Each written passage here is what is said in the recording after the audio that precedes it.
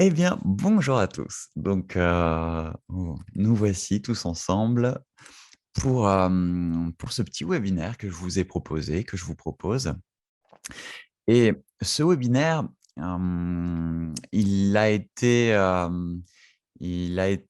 inspiré par un bon nombre de personnes que j'ai accompagnées.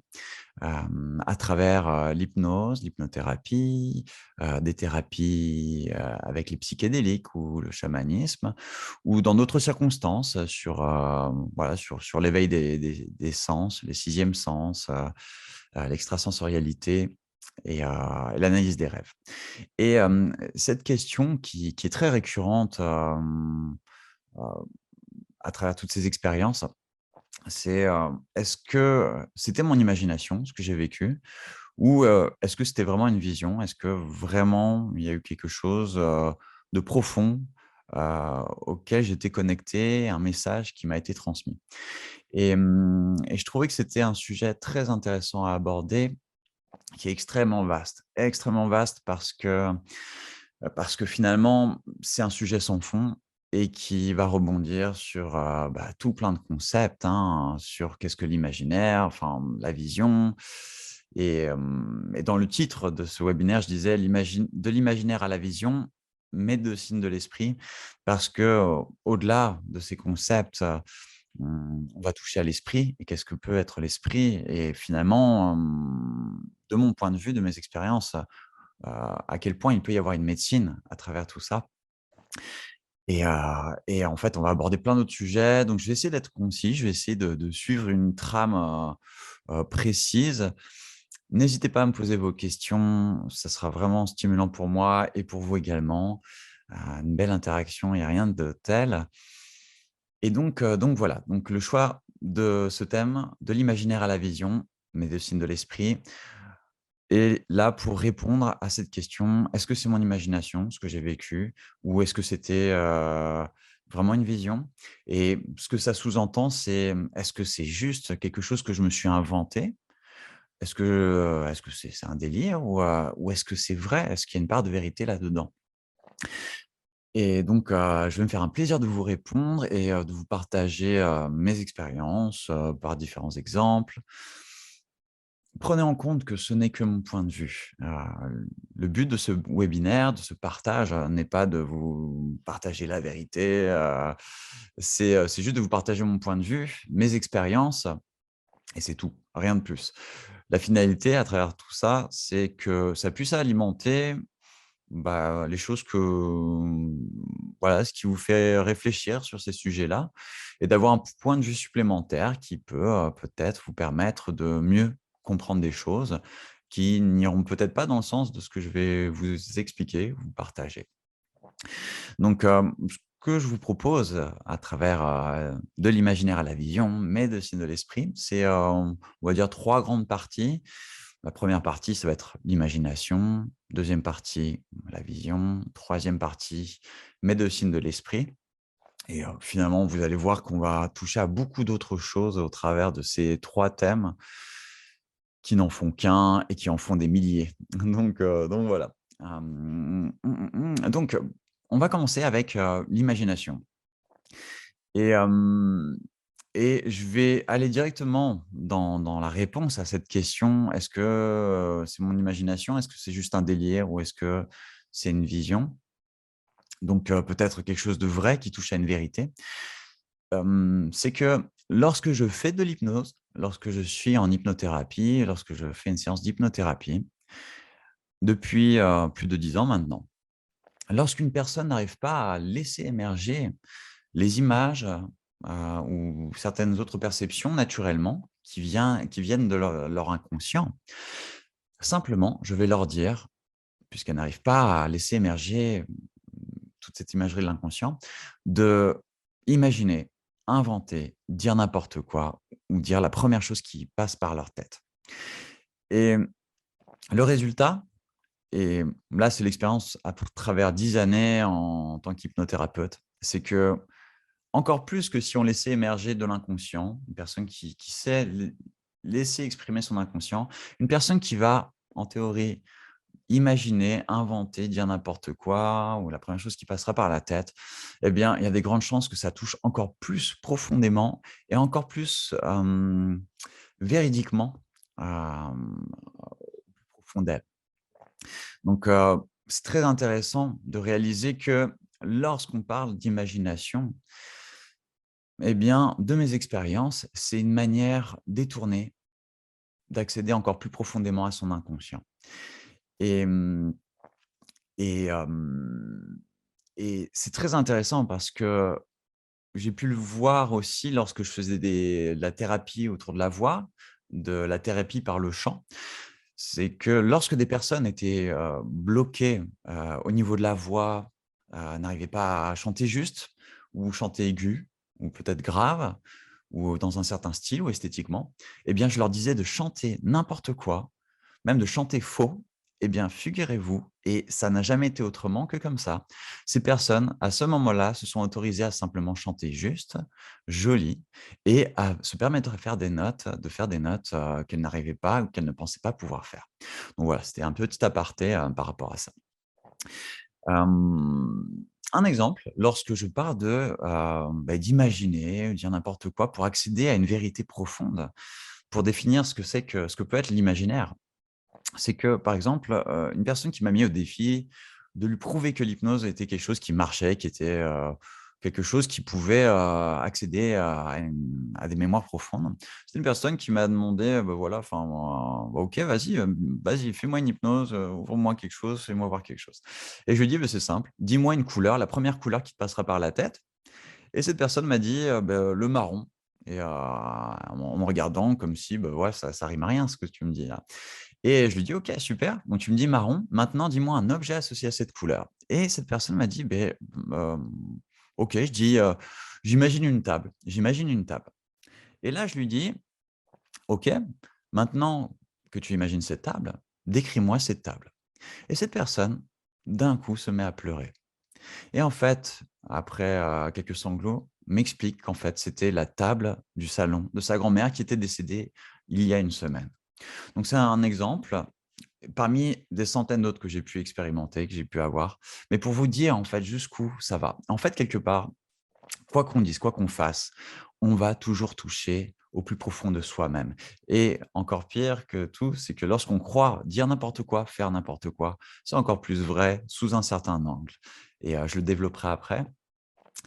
Donc voilà, prenez en compte que rien n'est fait au hasard, rien n'est pas n'importe quoi. Et donc l'imagination n'a jamais été une vulgaire imagination, une simple invention. Il y a une vérité extrêmement profonde. Mmh et on peut le retrouver en fait, cette faculté de l'imagination, cet usage de l'imagination, qu'on retrouve dans l'enfance, mais qui est utilisé aussi dans l'âge adulte, dans certaines pratiques où on va toucher à des vérités et qui peuvent être même des professions. Donc déjà, on peut l'utiliser, en thérapie, psychologique avec les fameuses taches d'encre, donc pour ceux qui ne connaissent pas, le thérapeute va montrer un papier avec une tache d'encre abstraite et va demander à la personne de juste imaginer ce que ça pourrait être et la personne, en fait, va pouvoir exprimer même si elle croit dire un objet au hasard ou une forme, enfin voilà, quelque chose, qui lui semblerait être, visible à travers cette tâche, abstraite, eh bien, va révéler des choses d'elle-même sans qu'elle s'en rende compte. Donc, c'est déjà utilisé en thérapie, cet imaginaire, mais pour aller un peu plus loin, on peut le retrouver dans l'écriture automatique. Écrire n'importe quoi, écrivez n'importe quoi, prenez un stylo, écrivez n'importe quoi, faites un brouillon avec et vous allez voir que, à votre grande surprise, il y va y avoir d'énormes messages qui vont commencer à émerger. On peut le retrouver aussi dans des choses un peu plus, mystiques, dans la lecture du marc de café, par exemple, ou les feuilles de thé ou, même, sous une certaine forme de lecture du tarot, en fait, intuitive. On va pouvoir, en imaginant, accéder à des vérités extrêmement profondes qui peuvent même concerner quelqu'un d'autre. Donc, là-dessus, ce qui travaille beaucoup les gens, ce qui perturbe beaucoup les gens pour revenir à ce questionnement de: «Est-ce que c'est mon imagination? Est-ce que c'est n'importe quoi? Ou est-ce que vraiment il y a une vérité qui a émergé quand j'étais, bah, voilà, sous, psychédélique, en hypnose ou, dans d'autres états de transe. Et l'inquiétude qu'il peut y avoir, parce que très souvent, cette question et en fait, derrière, il peut y avoir une inquiétude. Pas toujours, mais principalement une inquiétude. Et là, c'est très intéressant parce que cette inquiétude, elle touche à un formatage de société. Et je le décrirais, on va dire, dans une première approche, comme le tabou de l'imagination chez l'adulte. Et vous pourrez remarquer que quand on est enfant, être dans l'imaginaire, avoir une imagination débordante, c'est une qualité très souvent, hein. Très souvent, c'est mignon, c'est inspirant, c'est beau de voir un enfant qui, ben voilà, est dans son monde, est en train de le partager même avec ses parents ou d'autres adultes, est capable de s'inventer un monde avec un bout de papier.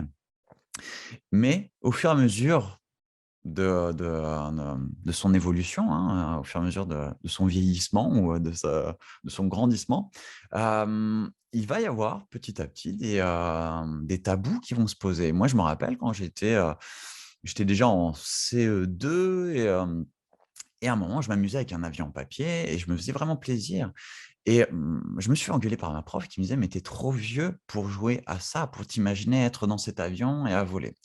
Et donc, en fait, il y a un tabou qui se pose de plus en plus à travers l'âge, où finalement, on s'interdit de plonger dans une sorte de réalité virtuelle, ludique.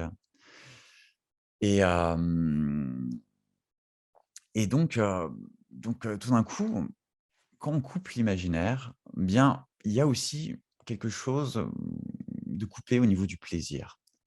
Et donc là, je vois une question, différence entre imagination et fantasme. Eh bien, je pense que le fantasme est plus associé, alors c'est encore que mon point de vue, mais je pense que le fantasme est associé avant tout au monde des adultes et c'est une forme, détournée d'accéder à son imagination, peut-être un peu plus associée au fait de ne pas s'être autorisé. C'est pour ça que je dis que c'est associé au monde des adultes, c'est-à-dire fantasmer quelque chose en tant qu'adulte, plutôt qu'en tant qu'enfant, hein. C'est pas un terme qu'on utilise vraiment pour l'enfant, hein. Mais pour l'adulte, fantasmer, c'est avant tout quelque chose qui n'a pas été réalisé et peut-être dans notre fort intérieur qui a besoin d'être vécu, peut-être, réellement ou peut-être symboliquement, hein. Il y a certaines pour certaines personnes, le fantasme n'est pas fait pour être réalisé concrètement, mais ça peut être symboliquement concrétisé, d'une manière ou d'une autre. Donc, de mes expériences, hein, donc voilà, l'imaginaire, c'est vraiment un monde, quelque part plus assumé, où on y va, on explore sans limite. Le fantasme, ça va toucher quand même à des choses un peu plus, réelles, un peu plus concrètes, qui sont signes d'une carence peut-être d'une vie qui aurait besoin d'être un peu plus, sans limite et un peu plus colorée, un peu plus, créative. Donc voilà.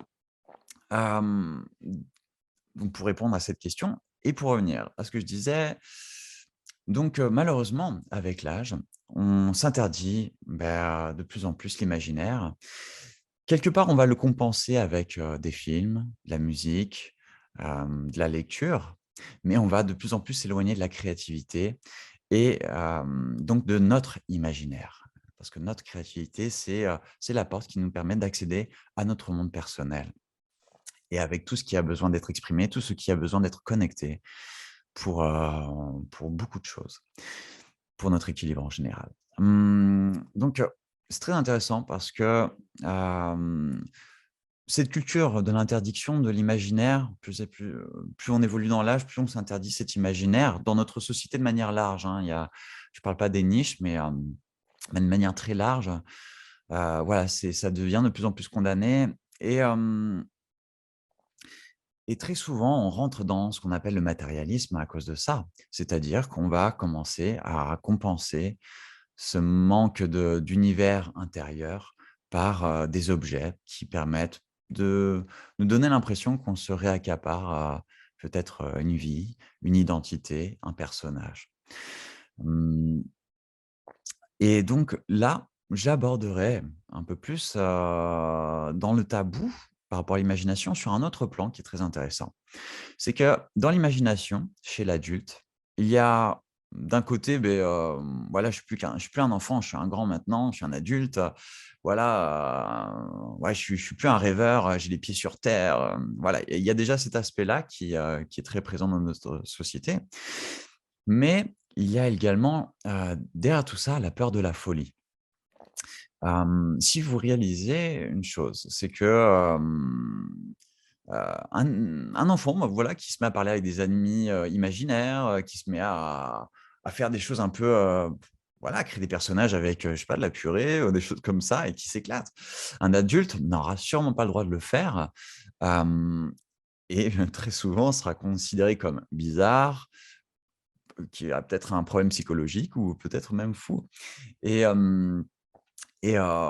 c'est très intéressant de voir les artistes, par exemple, les artistes adultes qui, très souvent ont cette étiquette un peu, hein, pas pour tous, mais pour beaucoup, à un certain degré, hein, pour avoir rencontré pas mal d'artistes, bah, c'est un artiste et donc tout d'un coup de cautionner, hein, ces délires dans lesquels ils peuvent aller qui, en fait, n'est tout simplement que de l'imaginaire dans lequel ils se plongent avec plaisir et ont accepté, bah, peut-être cette étiquette d'artiste un peu marginal, qui part dans ces univers, voilà, qui peut être déconnecté de la réalité, et des responsabilités.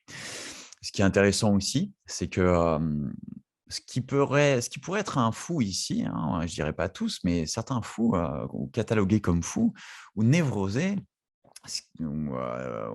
voilà, enfin, après selon les titres, schizophrène, ou bipolaire ou autre.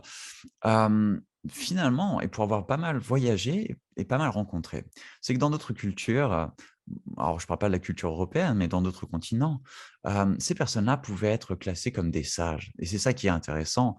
C'est que, à travers les distances, hein, à travers un continent, mais même à travers les âges, hein, quand on remonte à d'autres civilisations, antiques, une personne qu'on internerait probablement ici, eh bien, à l'époque, était considérée comme quelqu'un qui avait un don et une capacité à accéder à des dimensions parallèles et hem et permettait de transmettre des messages ou, transmettre un savoir et hem et on peut le retrouver, beh, un peu, voilà quoi, je pense que maintenant on commence à s'adapter à ces cultures différentes, mais quand on voit un sadhu, je pense à l'époque des années 50 ou 40, on pouvait vraiment les classer comme des gens, qui pouvaient peut-être être un peu dérangés, hein.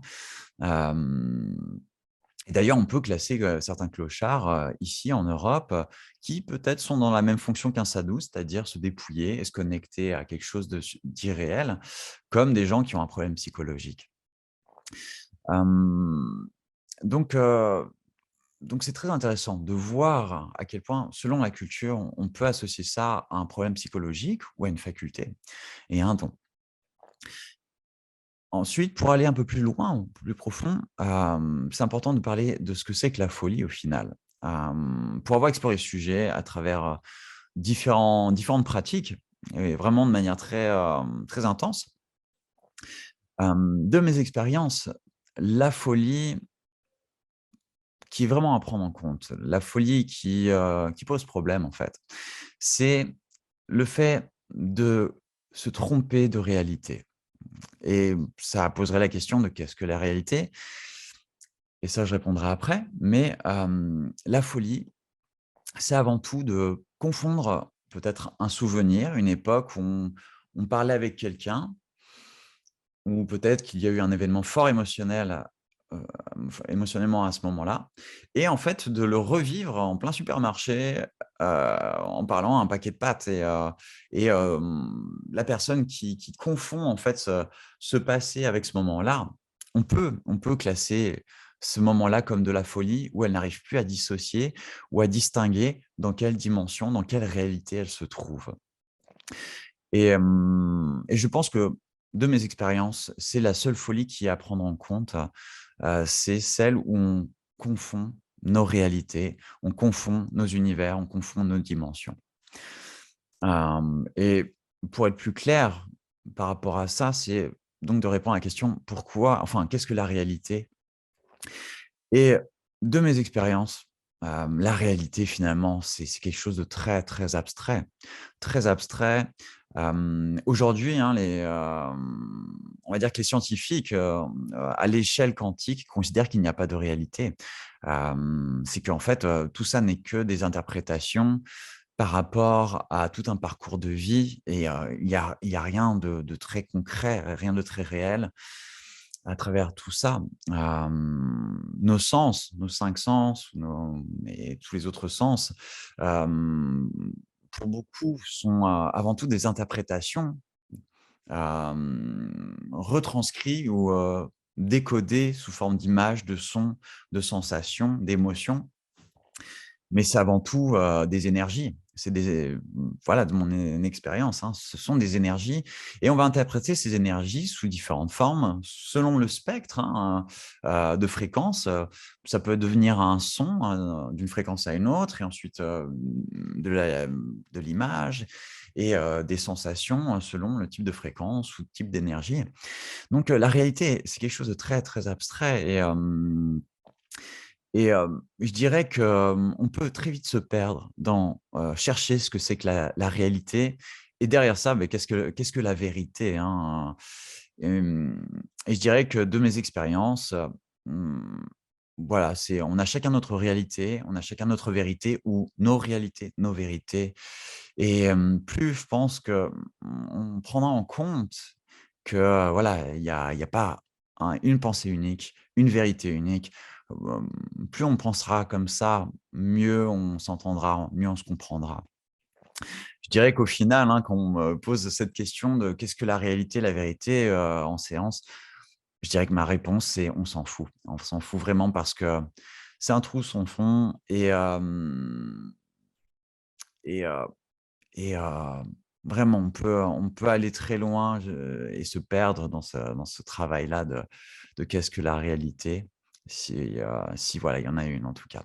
Donc c'est bien de prendre du recul et de pas non plus rentrer dans cette quête de qu'est-ce qui est vrai ou non, hem et pourquoi les choses sont comme ci ou comme ça et plutôt d'accueillir, de ressentir et d'accepter tout ce qui se produit, comme, voilà, ce que c'est ça, enfin, la réalité, c'est tout ce qu'on vit, sans non plus identifier à quelque chose.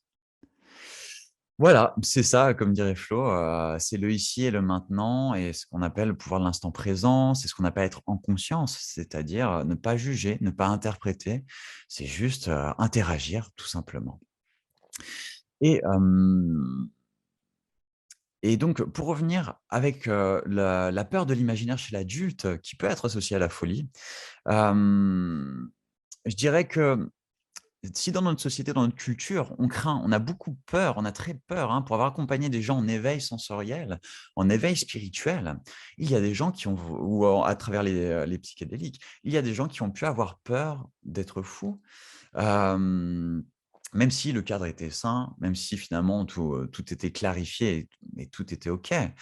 Mais il y a cette peur et cette peur en fait, dans notre société, de manière très générale, heu, je l'ai perçue je l'ai perçue sur le fait que les gens sont plutôt déconnectés de leur perception. Pour être plus clair, c'est que moins une personne est connectée à ses émotions, à ses ressentis intérieurs, plus elle sera instable en fait, plus elle sera facilement déstabilisée. C'est pour ça qu'on parle d'ancrage, d'alignement. Hem, c'est que finalement, plus on est déconnecté de soi, plus la réalité des autres, les événements extérieurs nous peuvent, nous accaparer quelque part plus que ce qu'on peut vraiment ressentir. Ce qu'on peut traduire de manière un peu plus légèrement à travers la psychologie comme manquer de confiance en soi ou, être déstabilisé, être timide. Très souvent, c'est des moments où, on va plus se connecter à tout ce qui se passe autour de nous, plus qu'à ce qui se passe en nous. Et je dirais que c'est un mal de société. Dans notre société, on condamne énormément le fait d'être connecté à soi, hem, parce que en fait, être connecté à soi, c'est s'accorder du temps à soi-même et s'accorder du temps à soi-même, c'est prendre du temps avec soi-même et tout ça, c'est ce qu'on appelle, de l'amour-propre et malheureusement dans notre société c'est que mon point de vue encore, mais dès que j'amenais les gens à apprendre à s'aimer, ils pouvaient avoir le réflexe de se dire: «Mais je suis égoïste, je suis égocentrique». Et en fait, leur réflexe, c'était ça, c'était tout d'un coup de condamner le fait de se reconnecter à soi. Et donc on a cette culture aussi de pas être trop connecté à soi, de pas être trop, auto-centré en considérant que c'est pas bien. Et malheureusement, on est dans une société où, c'est ça on est parti dans trop dans l'autre sens, trop déconnecté, ce qui fait que ça les gens se sentent très vite insécures puisqu'ils ne sont pas assez connectés à leurs émotions.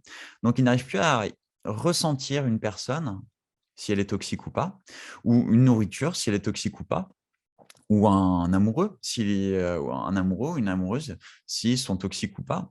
Ce qui fait que, déjà, dans une culture désancrée, déconnectée, ces gens, en fait, malheureusement, dans le fait de ne pas être capable de se fier à leur cœur ni à leurs tripes, vont commencer à avoir une hygiène de vie à travers leur nourriture, leur sexualité, leur corps, qui va être dans un cercle vicieux, quoi. Le fait qu'elles n'arrivent plus à se ressentir, elles vont se mettre à faire des choses qui ne les respectent pas et qui va les emmener dans une déconnexion de plus en plus profonde. Et à un certain degré, un mal-être va être généré, et c'est ce qu'on pourrait, classer comme, du stress.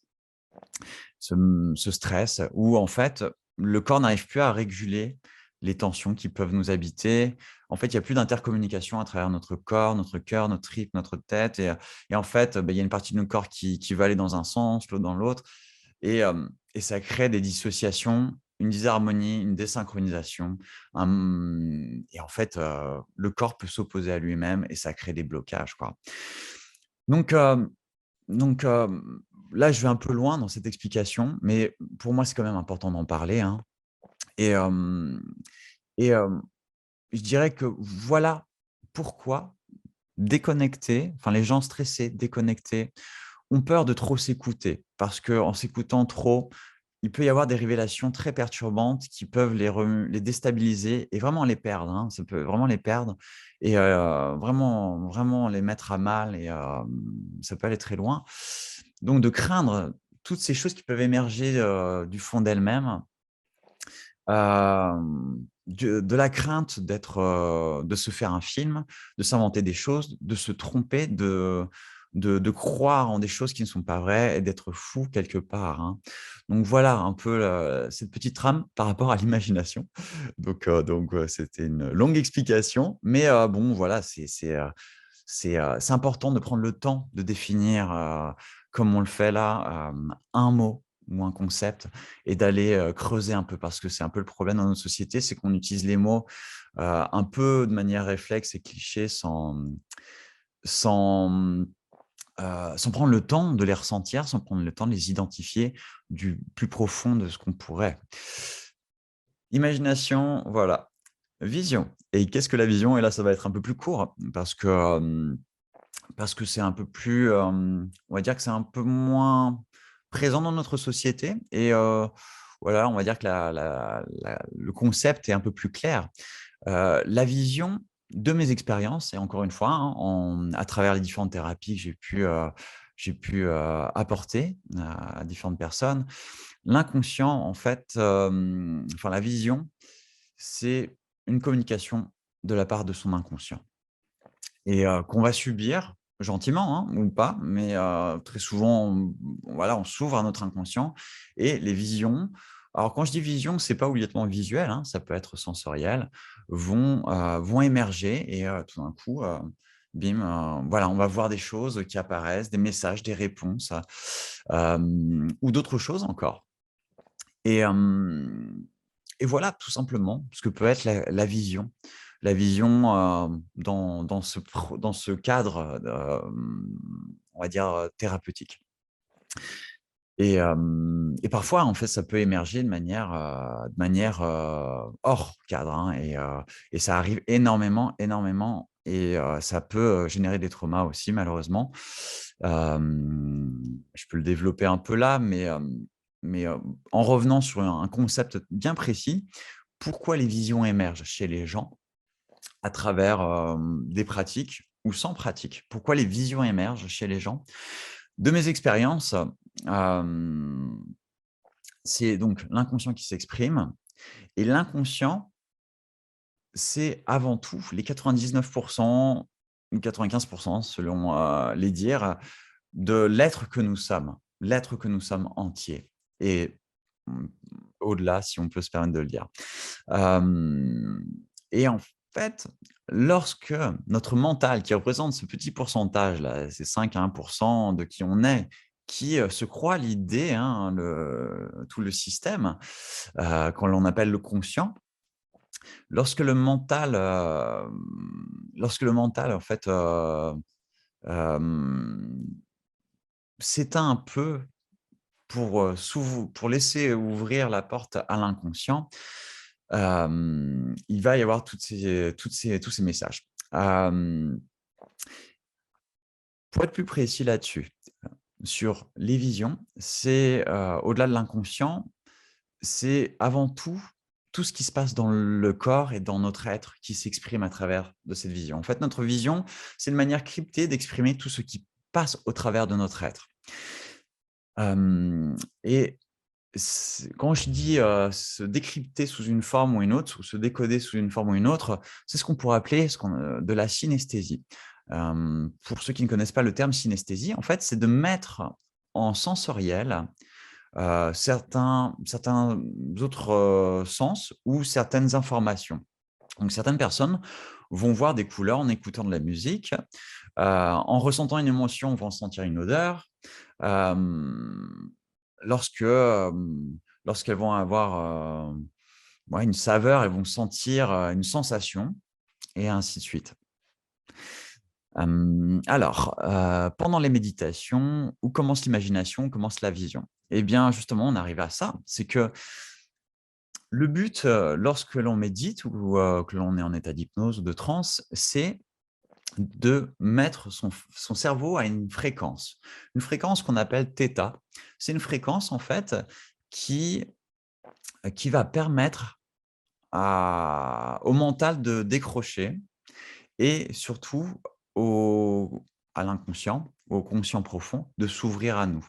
Donc, au début, on peut partir du principe de juste, commencer à imaginer quelque chose et en fait, au fur et à mesure, le cerveau, du fait qu'on se connecte à notre imagination, c'est qu'on se connecte à nous aussi, très souvent, mais pas tout le temps, mais, en général, c'est une bonne méthode et en fait, le cerveau va changer de fréquence et il va rentrer dans une fréquence d'interconnexion avec on va dire, tout le cerveau du corps et à partir de là, eh bien, les visions vont commencer à émerger. Donc ça peut se faire en une session de méditation, d'hypnose ou autre, ou parfois, heu, ça peut nécessiter plusieurs séances, où en fait le cerveau va apprendre va rentrer dans des raccourcis pour aller, très rapidement dans cet état profond, qu'on peut appeler semi-conscient, à la frontière du sommeil et de la concentration. Et donc voilà, là où on va toucher à la vision, c'est quand en fait le cerveau, le mental décroche en se calmant, en se détendant et là tout d'un coup, toute la conscience de notre être va commencer à pouvoir faire émerger les choses. Et on va dire que la circonstance la plus, extrême, hein, sans que ce soit un terme, négatif, c'est le sommeil en fait. Lorsque le mental vraiment est dilué, dans voilà, dans une relaxation très, très, très profonde. Là, l'inconscient prend le relais et va faire émerger des rêves. Ce qu'on appelle des rêves, c'est des visions, hein. C'est des visions dans un état second très, très, très profond. Donc, donc voilà pour, la réponse à ta question, Flo. Hem, pour expliquer une chose, c'est que les gens qui arrivent à avoir des visions, c'est, des gens qui sont très bien connectés corps, à leur corps, à leurs différents cerveaux qu'on pourrait appeler chakras ou autres. Et donc plus une personne est connectée à son être, connectée à travers son système nerveux et ses neurones, plus c'est développé, plus en fait le corps va pouvoir exprimer et va pouvoir, générer cette synesthésie, c'est-à-dire de mettre en image ou en sensoriel, des perceptions qui peuvent être vraiment dans le subliminal, non seulement à travers soi-même, mais au-delà de soi et à travers tout ce qui se passe autour de nous. C'est-à-dire que, par exemple, un exemple, le champ électromagnétique d'un cœur, a une portée mesurable de, je crois, 6 mètres. Et donc, lorsqu'on se connecte à notre corps qui, lui, est capable de se connecter à toute cette, subtilité, cette subliminalité, eh bien, il va pouvoir retranscrire cette information sous forme d'image, de son, ou d'odeur ou plein d'autres choses. Pour être dans les chiffres, par seconde, notre être a 11 millions de messages qui le traversent. 11 millions de messages qui traversent notre être. Et notre conscient, notre mental, en perçoit uniquement 40 par seconde. Donc, c'est pour vous dire à quel point, ces 40 perceptions par seconde qu'on peut avoir mentalement, parmi les 11 millions qui sont triés, hein, parce que c'est aussi un choix, hein, à travers notre, intelligence profonde. Voilà, ces 40, perceptions par seconde mentale, c'est ce que certains pourraient définir comme la réalité ou la vérité enfin voilà, parce que c'est les choses telles qu'elles sont. Alors qu'en fait, il y a, voilà quoi, au total, il y a ces 11 millions d'informations qui nous traversent et qui sont en fait une interaction avec les vents solaires, avec, les champs électromagnétiques de partout et lorsqu'on est assez connecté à notre corps, à un certain degré, il est capable de l'exprimer avec un langage très précis qui peut complètement émerger et générer par exemple, comme voir les auras ou, même voir des silhouettes ou voir des êtres ou entendre des choses qui ne sont pas là. Ou, plonger même dans des événements passés ou, futurs ou ainsi de suite. Là, actuellement, ça aurait pu être un peu farfelu tout ce que je dis il y a peut-être encore 10 ans, 15 ans de ça, mais malheureusement, enfin pour les sceptiques, old school, là, on se rapproche plus de la science que de l'ésotérisme, en fait, maintenant. Donc c'est plus appuyé par la science que par l'ésotérisme.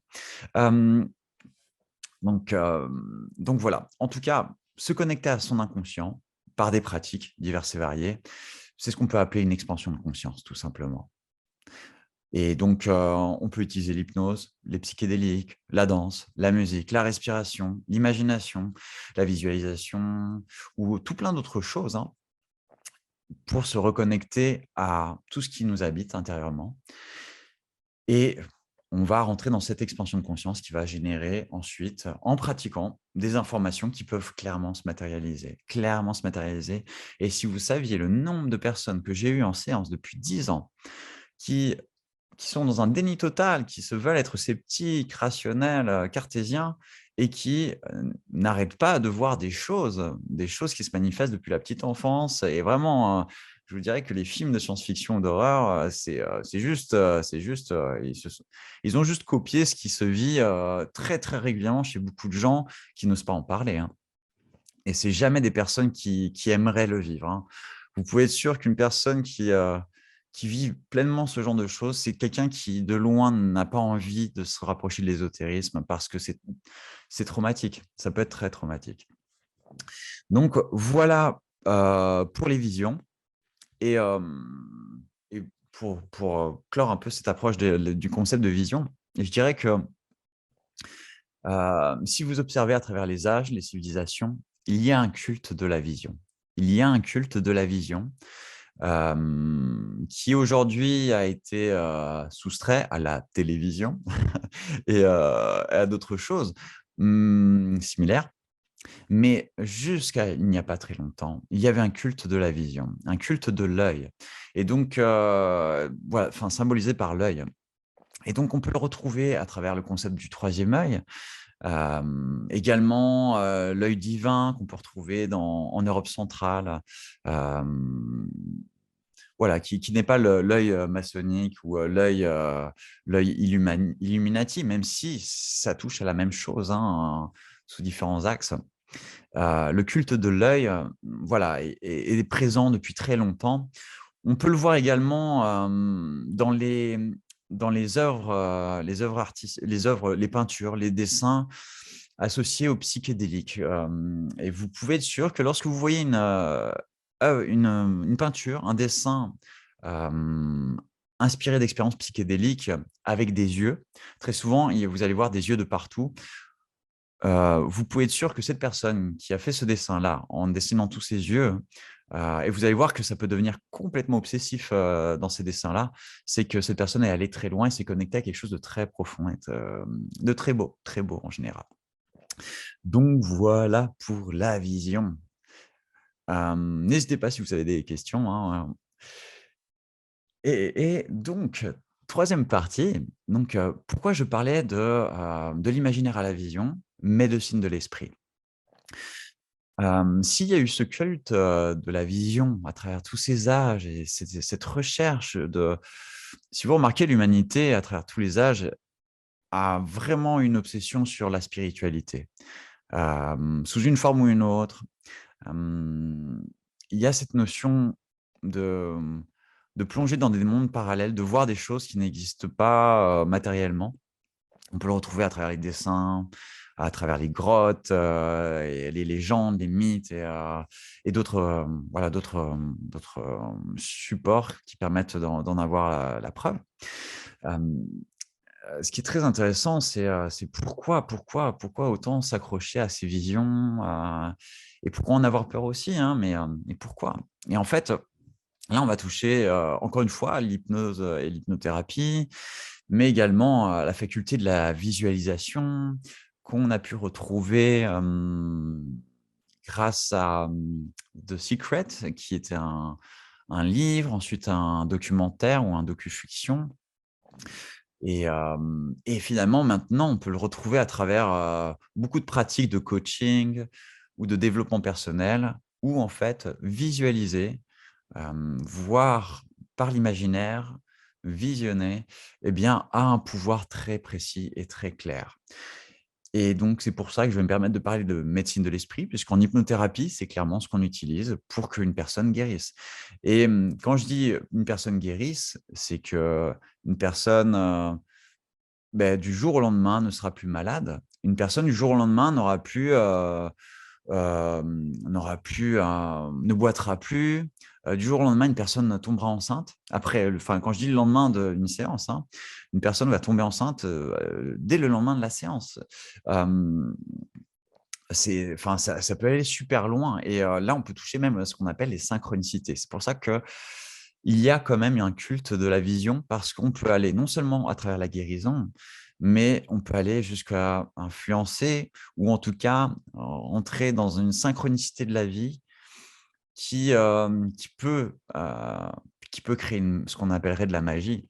Et quand je dis synchronicité, pour ceux qui ne savent pas ce que c'est, synchronicité, c'est qu'il y a une synchronisation d'événements improbables qui se produisent, et c'est trop improbable pour que ça puisse être du hasard et de manière répétée, et toujours sur un même thème. Donc voilà.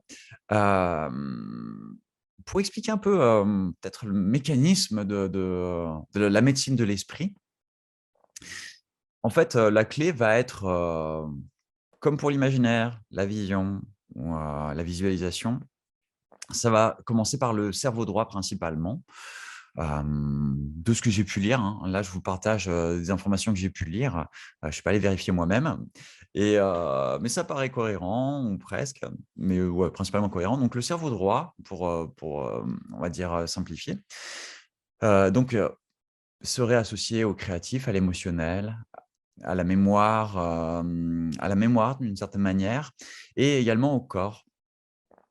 Ce cerveau droit est aussi connecté à l'inconscient, à ce qu'on appelle l'inconscient, par ce biais-là et et une chose que j'ai pu expérimenter à travers l'hypnothérapie, hein, c'est que le cerveau droit ne fait pas de différence entre le virtuel et le réel. C'est-à-dire qu'il ne va pas faire la différence et c'est pour ça que ça peut faire peur. C'est que le cerveau droit et donc tout ce qui est connecté au cerveau droit, c'est-à-dire même le corps et les émotions, ne va pas faire la différence ne vont pas faire la différence entre le virtuel, c'est-à-dire ce que l'on va imaginer, visualiser, visionner, inventer et le réel et c'est là où c'est délicat et qu'il est important d'être informé là-dessus.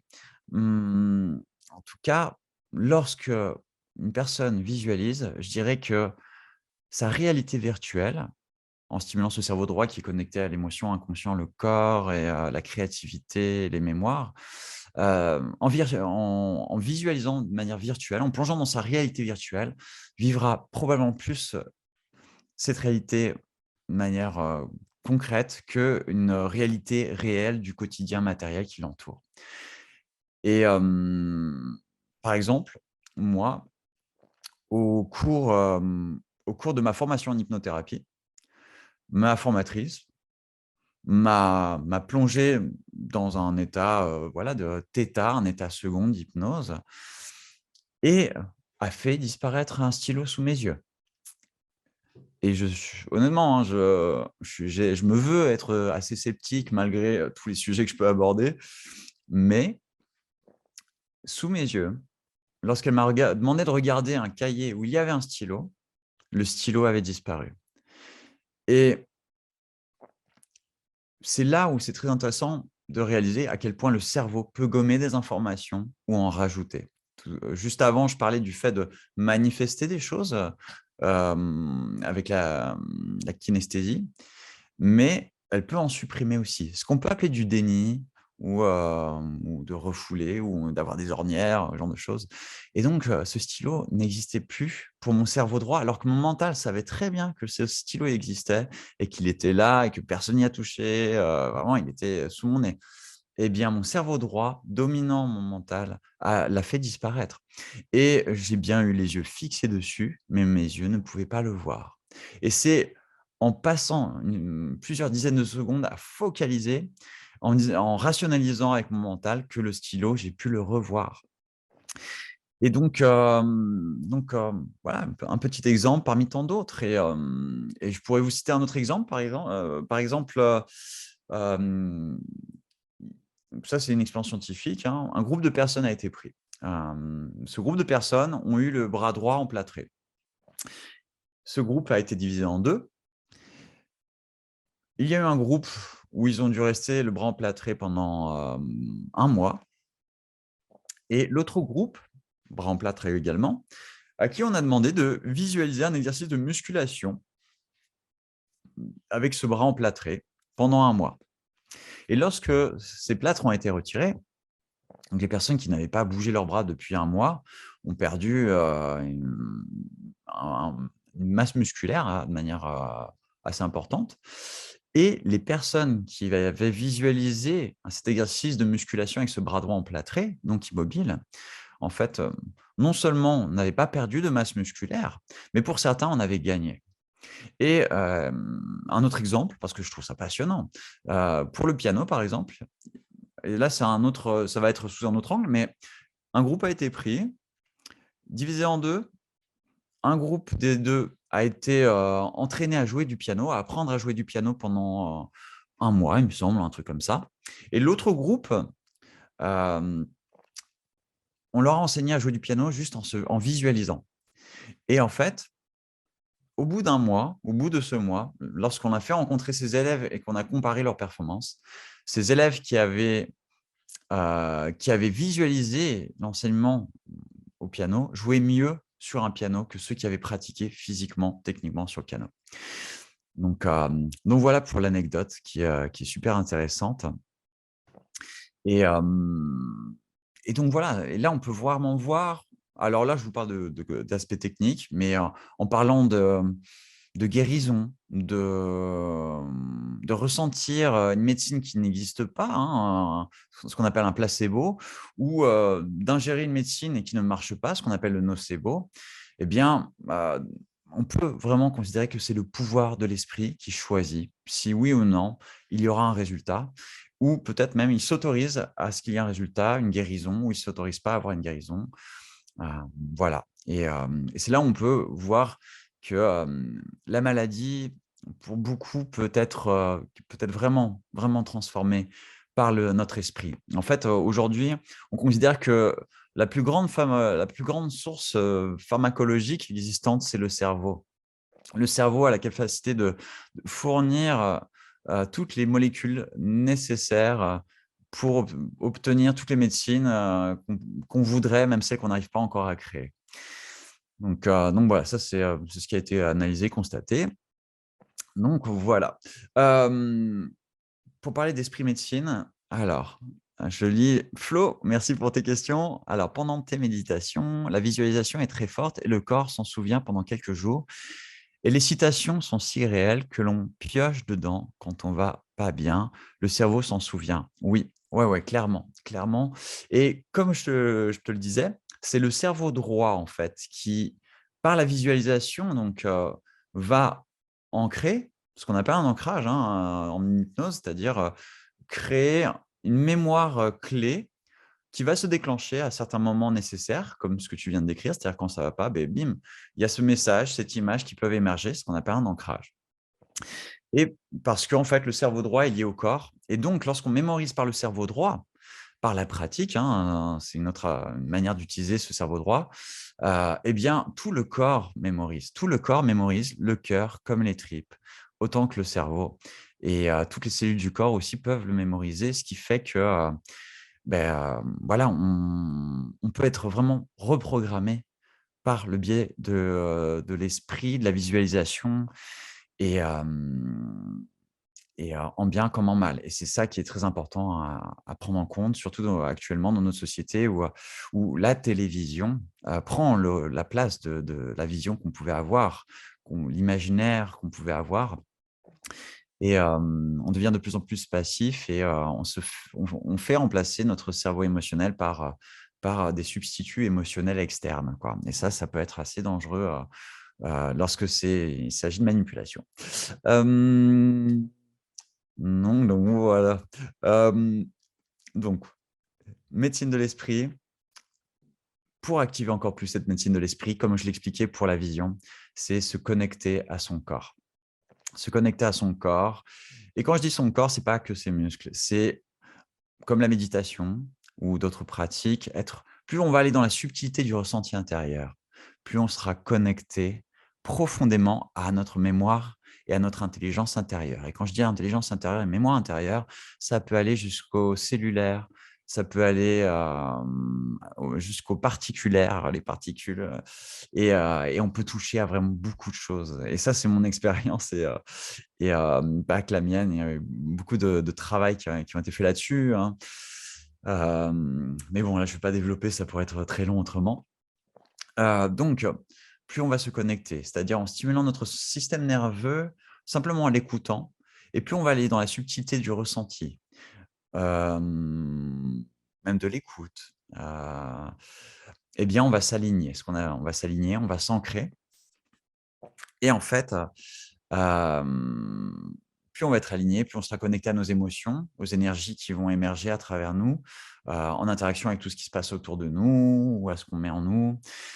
Et encore une fois, une de bonnes méthodes pour se connecter à soi, être connecté à son corps, connecté à ses émotions et à cette faculté de vision, hein, ça va être, la danse, le mouvement, toute pratique qui éveille les sens, méditation, créativité et également, s'exprimer, ce qui revient au même que la créativité, pour moi. Et curieusement, c'est ce que font les enfants tout simplement et c'est pour ça qu'ils ont un imaginaire débordant. C'est qu'ils sont dans cette écoute, à travers tout leur être, plutôt que d'être dans ce petit pourcentage du mental, qui les attend en général à l'âge adulte. Donc voilà et pour être plus précis, plus on va être connecté à l'intérieur, plus on peut être connecté à l'extérieur. C'est-à-dire que plus on va être connecté à toutes ces sensations intérieures qui vont au-delà des émotions, hein, des subtilités d'énergie, des manifestations, organiques, eh bien, étrangement, ça crée un écho avec ce qu'on va ressentir de ce qui nous environne.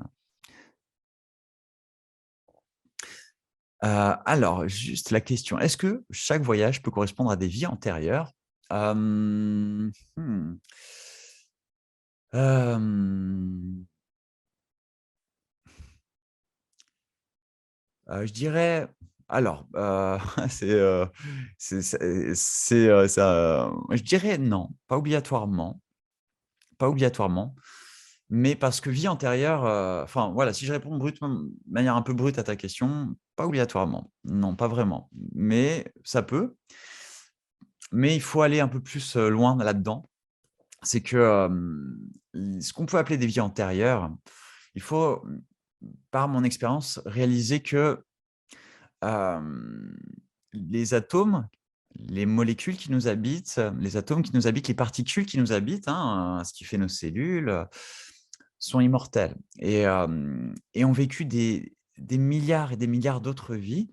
Donc, elles portent en elles, hem, des expériences de vie, des énergies, hem, depuis la création de la création, quoi et donc, selon ce à quoi on va se connecter avec des mémoires qu'on peut associer à des vies antérieures. Mais en sachant que chaque particule a son propre parcours quelque part. On peut avoir on va dire une synthèse de mémoire. Donc, tout d'un coup, par synesthésie, notre esprit va joindre peut-être plusieurs, mémoires en une et ça peut être une forme de vie antérieure un peu en patchwork. Donc ça peut être ça et je dirais même qu'à un certain degré, en fait, quand on se met à écouter toutes ces mémoires et bien, c'est ce qu'on va appeler l'imaginaire aussi.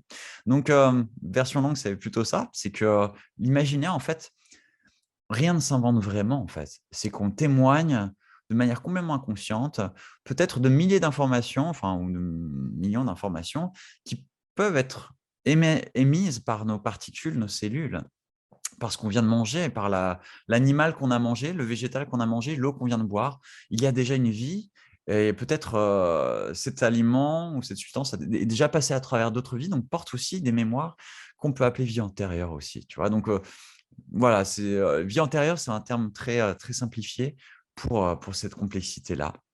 Voilà. Je reviens à ce que je disais.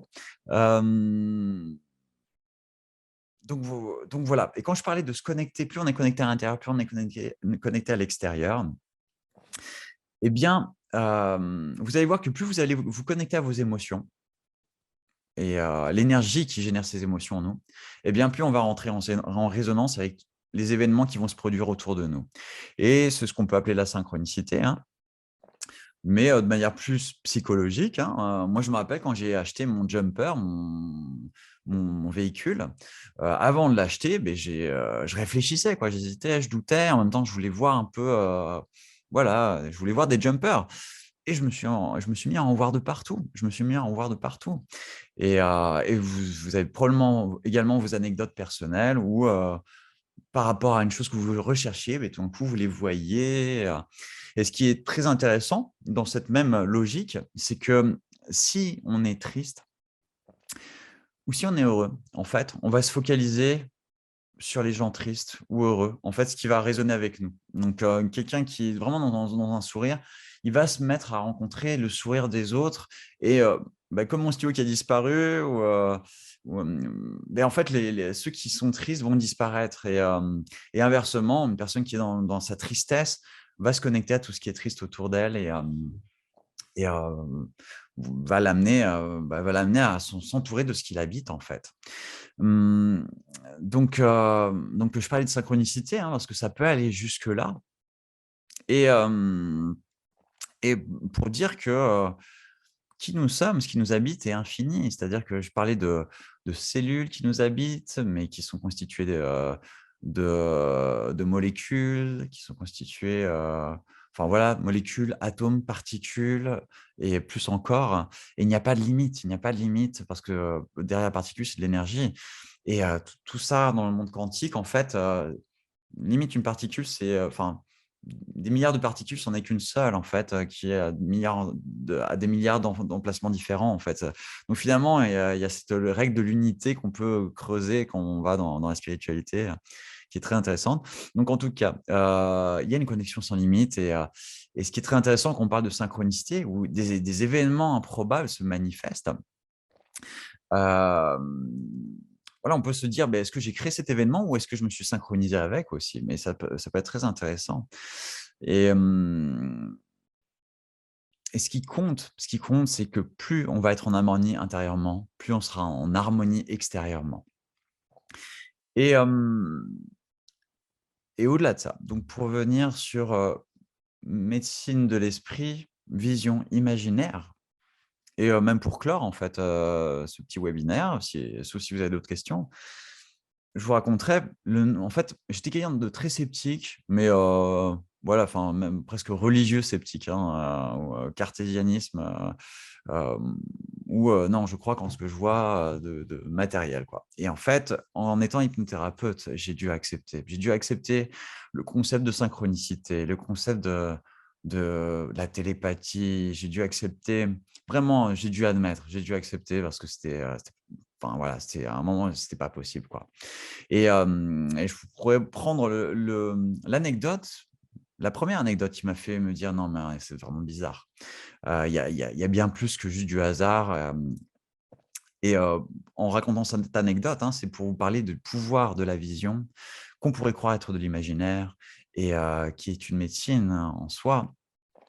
C'était une personne, une femme que j'ai reçue en séance et en fait, elle voulait juste tester pour rigoler, l'hypnose, quoi. Donc elle pensait que c'était un truc de création, un peu de spectacle et donc juste en lui faisant dire un chiffre, tout d'un coup, bah, elle se retrouve, pas du tout dans du spectacle ou dans l'imaginaire. Elle se retrouve, à un certain âge, dans son enfance et elle se retrouve sur le chemin de son école, en allant à l'école, enfin, elle replonge dans ce souvenir, hein, où elle est en train d'aller à l'école, en tant que petit enfant, avec sa meilleure amie et au cours de ce cheminement pour aller à l'école, une son ennemie juré, je crois, arrive en face d'elle, la croise, en allant dans l'autre sens et se met à lui cracher dessus. Cet ennemi crache sur cette fille que je reçois en séance, dans ce souvenir, qui est un vrai souvenir, hein et ce qui l'a traumatisé à travers ce souvenir, c'est que sa meilleure amie qui était à ses côtés s'est retournée contre elle et lui a craché dessus également et hem et donc voilà, un bout de la séance qu'on avait faite et ce qu'elle avait vécu à ce moment-là et en pensant que c'était juste un jeu d'imagination, hein et on finit notre séance et 10 minutes après notre séance, elle m'appelle. Elle me dit: «Écoute, Yann, c'est incroyable. Cette ex-meilleure amie qui m'avait craché dessus il y a 15 ans de ça, eh bien écoute, on s'était jamais reparlé depuis, on n'avait jamais échangé depuis et 10 minutes après la séance, elle l'appelle pour s'excuser de lui avoir craché dessus». Donc des expériences comme celle-là, j'en ai eu énormément. Ce qui est intéressant dans ce partage, c'est que, on peut y croire. On a le droit d'y croire. On peut croire à toute cette force, toute cette magie, toute cette énergie. Elle existe, elle est là. À travers toutes ces années, j'ai dû accepter avec plaisir que oui, cette magie, ce qu'on appelle la magie, c'est-à-dire cette force de l'invisible qui nous connecte les uns et les autres, peut agir mais de manière phénoménale. Donc, voilà, je clôt ce petit webinaire, sur à nouveau cette question, est-ce que c'était mon imagination ou est-ce que c'était vraiment une vision? Eh bien, je dirais, bah, voilà tout ça. C'est-à-dire que oui, oui, oui, il y a tout ça en nous. Il y a tout ça en nous et tout ça quelque part est vrai, tout ça est réel. Mais si on accepte que ce soit vrai ou réel, il faut accepter que tout soit vrai, tout soit réel. Voilà. Donc donc je vous remercie. Je vous remercie de votre écoute. Je vais ouvrir à vos questions si vous en avez. Et autrement, on peut clore notre webinaire sur ça. Question une fois? Avec plaisir Flo. Question 2 fois? Attention, hein. Question 3 fois? Il y en a pas? OK, cool. Ah, beh, merci. De rien, avec plaisir Virginie. Mmh, donc, ce qui est important à travers tout ce que je vous ai dit, c'est à partir du moment où on prend en compte tout ça, C'est ce qu'on appelle avoir la foi. Avoir la foi. C'est ce qui est dit à travers les religions, les spiritualités. Soyons avec nous, soyons avec la vie et ayons la foi en tout ce que nous ressentons parce que c'est vrai. OK? Donc je vous embrasse tous et oui, c'était dense, c'était riche. Tant mieux, c'est qu'il y aura c'est qu'il y a de quoi creuser, il y a quoi réfléchir et n'hésitez pas après coup à me reposer des questions, je vous répondrai avec plaisir. Ça pourra faire même le sujet d'un deuxième webinaire, voilà. Donc prenez soin de vous, prenez soin des gens que vous aimez et n'oubliez pas, alignez-vous avec vous-même pour vous aligner avec la vie, avec, les personnes qu'il vous faut et tout le reste également. Allez, je vous souhaite une belle soirée et peut-être à tout à l'heure pour ceux qui veulent méditer et hypnoméditer, avec moi. Bonne soirée à tous. Salut.